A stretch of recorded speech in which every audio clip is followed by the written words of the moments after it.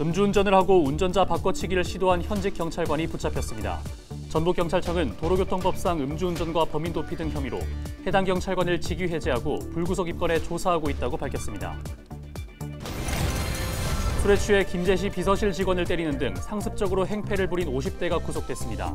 김제경찰서는 공무집행방해 등 혐의로 50대 A씨를 구속했다고 밝혔습니다. 한덕수 국무총리가 세계 스카우트 잼버리가 열리는 부안군 일대 새만금 야영지를 찾았습니다. 한 총리는 행사 준비 상황과 침수 예방 대책 등을 점검했습니다. 부안 지역 특산물인 오디를 생산하는 농가가 대폭 줄어든 것으로 나타났습니다. 부안군은 대책 마련에 고심하고 있습니다.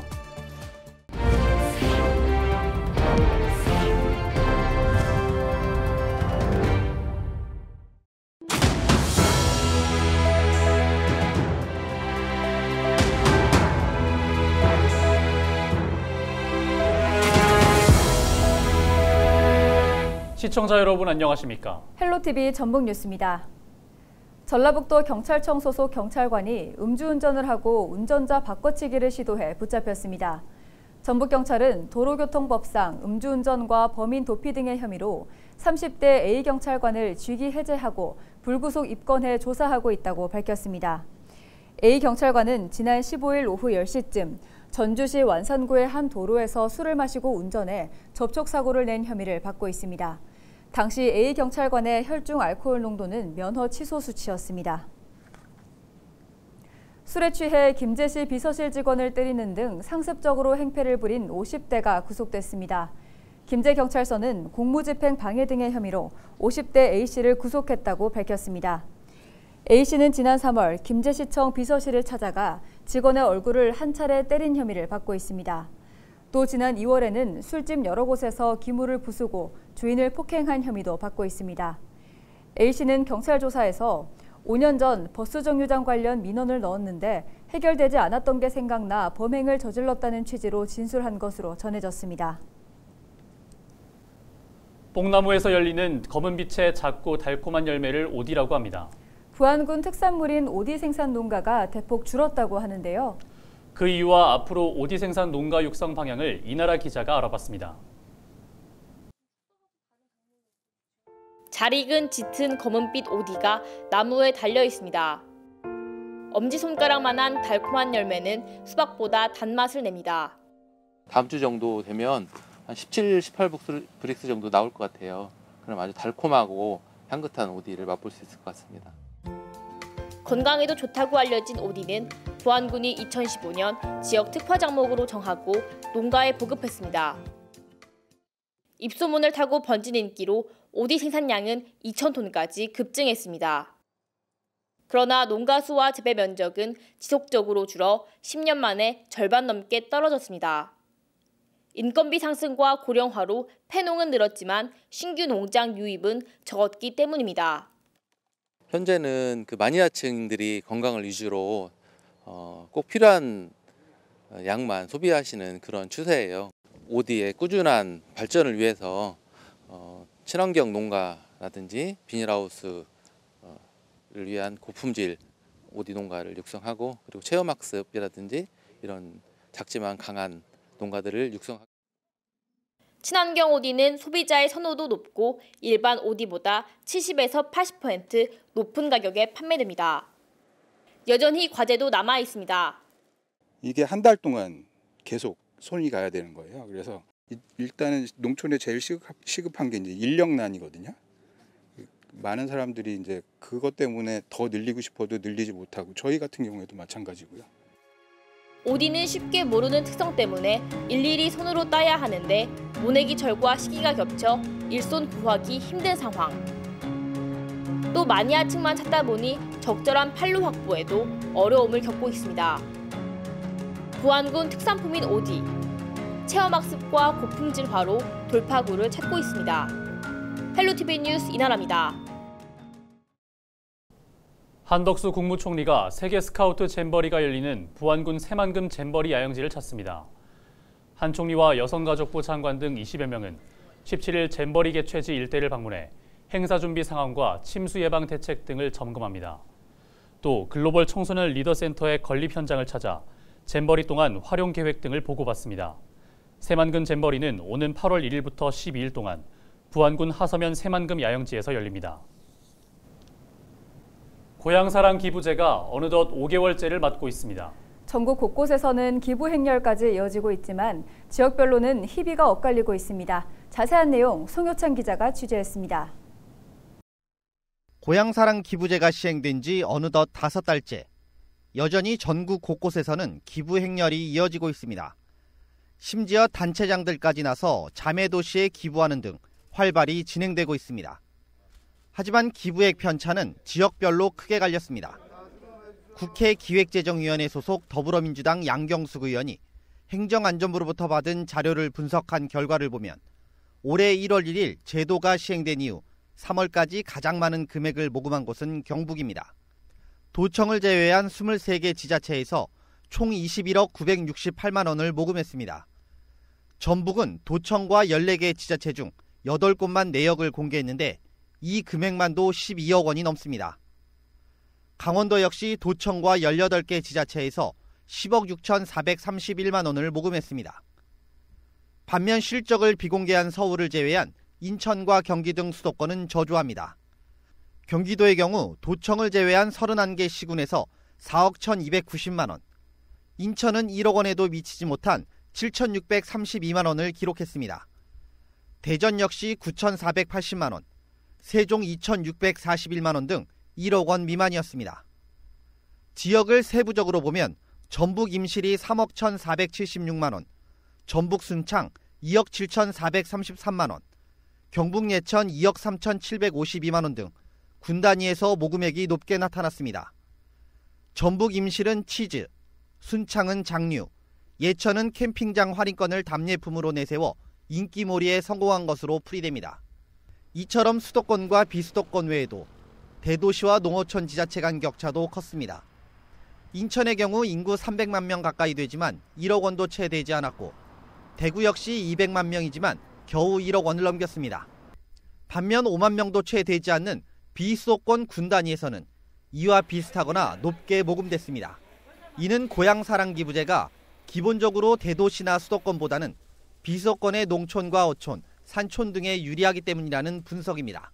고향사랑 기부제 취지 자체가 인구 소멸 위기를 겪는 지방의 재정을 확충하고 애양심을 고취시키기 위한 제도다 보니까 아무래도 수도권, 대도시가 비수도권 시군 단위의 소도시에 비해서 실적이 저조할 수밖에 없습니다. 이거는 수도권, 대도시는 기본적으로 한계가 있다 이렇게 볼 수가 있습니다.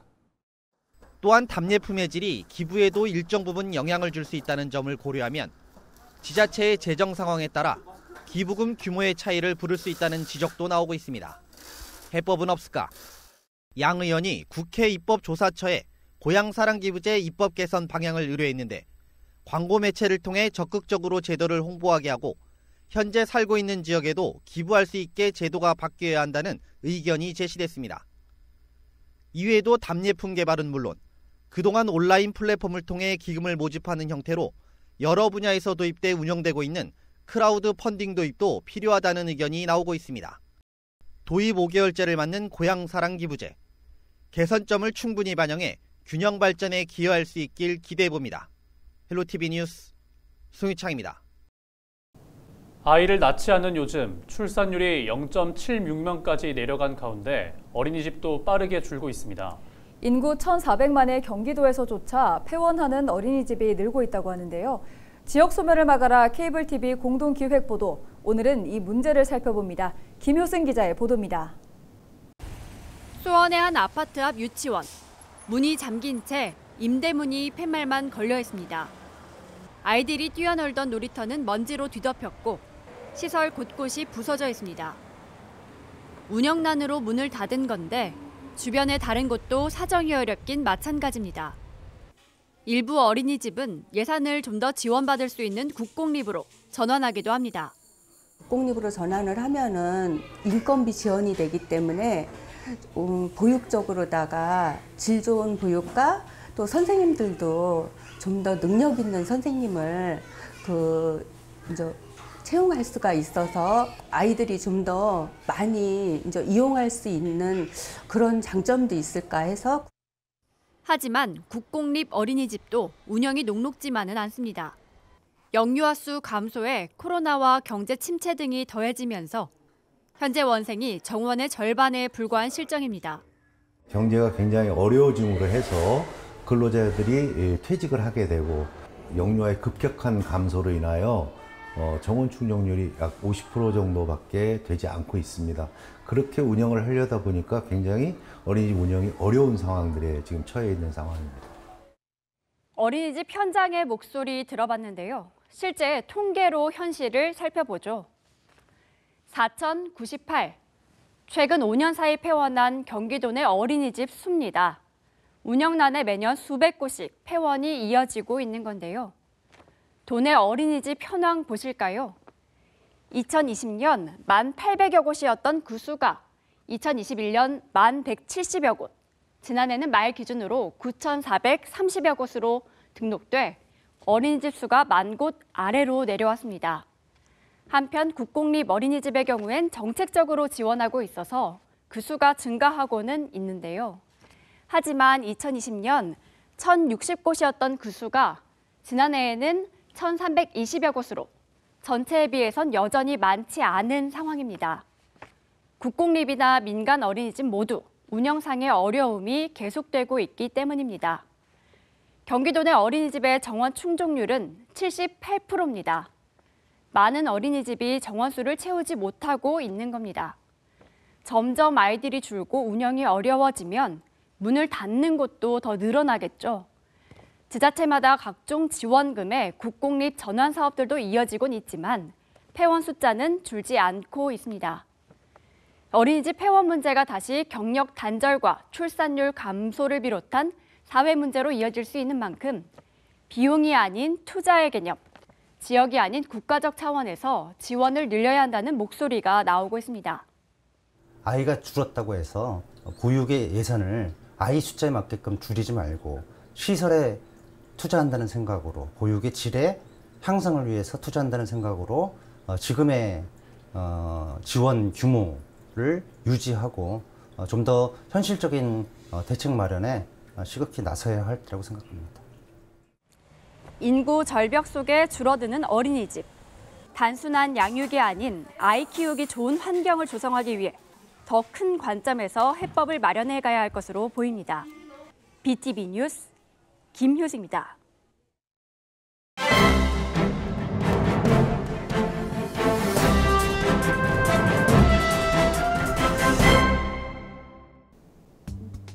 신문 브리핑 전북 도민일보 기사입니다. 정부 각 부처의 내년도 예산안 편성을 2주 앞두고 전북 14개 시군이 국가예산 확보에 사활을 걸고 있다는 보도인데요. 각 부처는 현재 쟁점 사업에 대한 심의를 거쳐 다음 주 장관 보고를 마치고 오는 31일까지 기획재정부에 예산 편성안을 제출할 예정이라고 합니다. 도민일보는 전북 자치단체장들이 지난해와 비교해 강도 높은 예산 확보에 나서고 있는 것은 22대 총선 등 전북 예산을 둘러싼 대내외적 상황이 녹록치 않기 때문이라고 분석했는데요. 정치권 관계자는 전북 국가예산과 관련해 현재 전북 정치의 주류인 민주당이 야당인 상황에서 좋을 것이 없다며 자칫 새만금 사업 등 국책 사업과 신규 사업 추진이 어려워질 수 있다고도 설명했다는 겁니다. 또 지난 19대 국회부터 10년 넘게 이어져 온 지역 출신 국회의원의 예산안 조정 소위 포함 여부가 불투명한 것도 전북 지역 시군들이 국가예산 확보에 매달리는 이유가 되고 있다고 전했습니다. 민주당 관계자는 지난 2년 동안 전북 의원의 예산안 조정 소위 포함을 두고 당내 논란이 만만치 않았다며 현재 당내 기류를 생각하면 전북 의원의 포함을 자신할 수 없는 상황이다라고 신문은 덧붙였습니다. 지금까지 신문 브리핑이었습니다.